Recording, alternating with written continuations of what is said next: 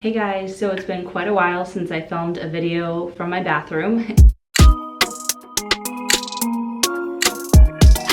If you're new around here and you've just been watching my personal finance content, then you probably are confused as to what I'm doing. I filmed my whole infertility journey here on YouTube. That's how I started out, and then I transitioned to personal finance after that. So I filmed for about a year and a half while my husband and I were trying to get pregnant with my daughter, who is now 2. It took us about 2 years, a little less than 2 years, to get pregnant with her.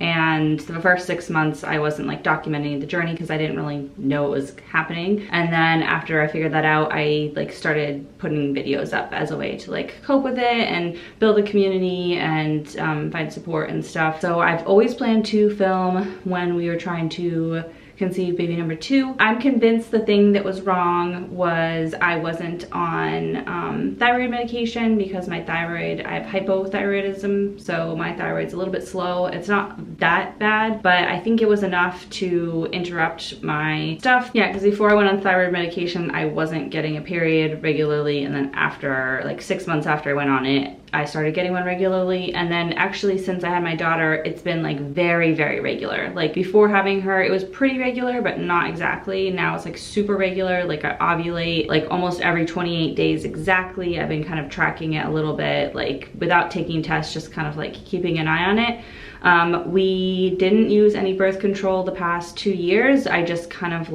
paid attention to when I thought I was ovulating, and so we wouldn't get pregnant, and we didn't. So I don't know if that's because we timed it correctly or because it is still harder for me to get pregnant, maybe a combination, I don't know. But now we are finally ready to try for baby number 2. Right now it's June of 2021, and we were originally planning to try November 2020, so it's 6 months late. Not that late, but it feels like a long time to wait, and we just waited because of everything that was going on in the world, and we just wanted to get things settled more. So now I've gotten my vaccine, my husband's gotten his vaccine, and yeah, we feel ready now. So I have been tracking my ovulation this month. I have been taking ovulation tests every day for the past week, so I'm going to show you that, and then I'm going to take another one today. I had a positive yesterday, and I want to see if it's still positive or if it's negative now. So the ovulation test for luteinizing hormone, I think it's called, it's LH, and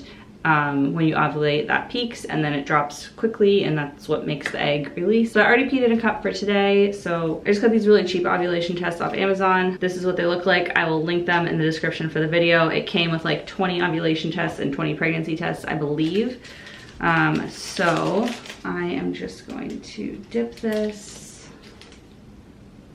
Okay, I'm going to show you my test from last week while the other one is going. All right, so these are my tests from the last week. Well, more than a week. I didn't realize how many I took. For ovulation tests, generally, depending on what brand you take, you're going to see 2 lines, which is annoying if you're trying to get pregnant and you haven't seen a positive pregnancy test, because it's triggering kind of. But anyway, your body always has some of that hormone in it, so it's going to show up in trace amounts. But what you're looking for is for the line on the left to be darker than the line on the right. So you can see it's similar or lighter on the left until you get to that last one. And then you can see it's definitely darker on the left. And when I had just taken it, this one, it was even more pronounced. Now that it's dry because it's yesterday, you can't see it as much, but yeah, so that's what you're looking for.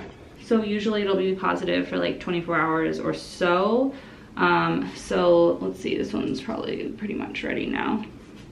So yeah, now that looks negative because the line on the right is darker again. Okay, yeah, so you can see the line on the right is darker than the one on the left now. So that means I got a positive yesterday, so that means I ovulated yesterday or going to today. So I feel happy about that for sure.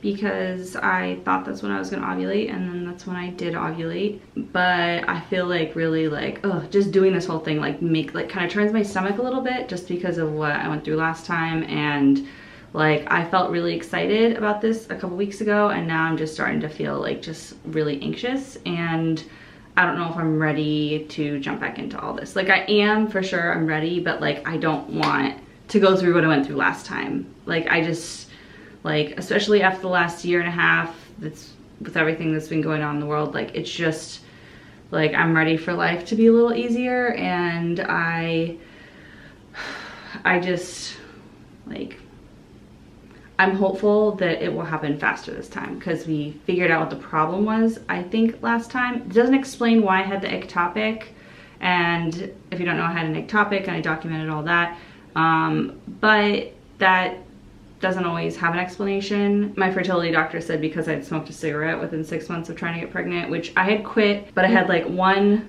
slip up where I got a pack of cigarettes, and that smoking is like very connected to an ectopic. So anyway, yeah, I always feel like when I film these videos, like I have a weird vibe because I just like feel like emotionally like just all over the place. And so yeah, but I want to document this stuff because I know, like, I got so many comments last time documenting the process that I helped so many people, and so I really want to do it again.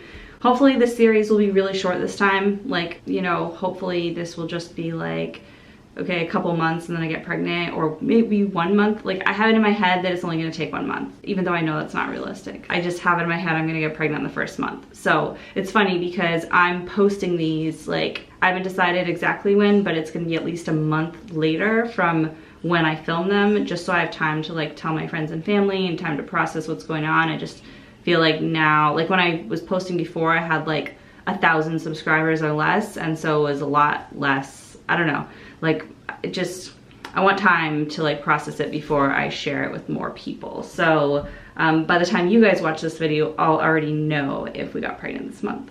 So we are officially in a 2-week wait. So we'll say that I ovulated yesterday because that's when I got the positive. So yesterday was June 13th. So my luteal phase, I think it's called, which is between when you ovulate and when you get your period, is short. Mine's like 10 days, so it's even less than a 2-week wait for me because I'll know within 10 days if I get my period. But I'm of course going to take a pregnancy test early. I got my positive, like a very faint positive, at 9 DPO, which is days past ovulation, last time. So I'm gonna take a pregnancy test at 9 days and 10 days, and then we'll see what we get and if I get my period. So that is it for this video.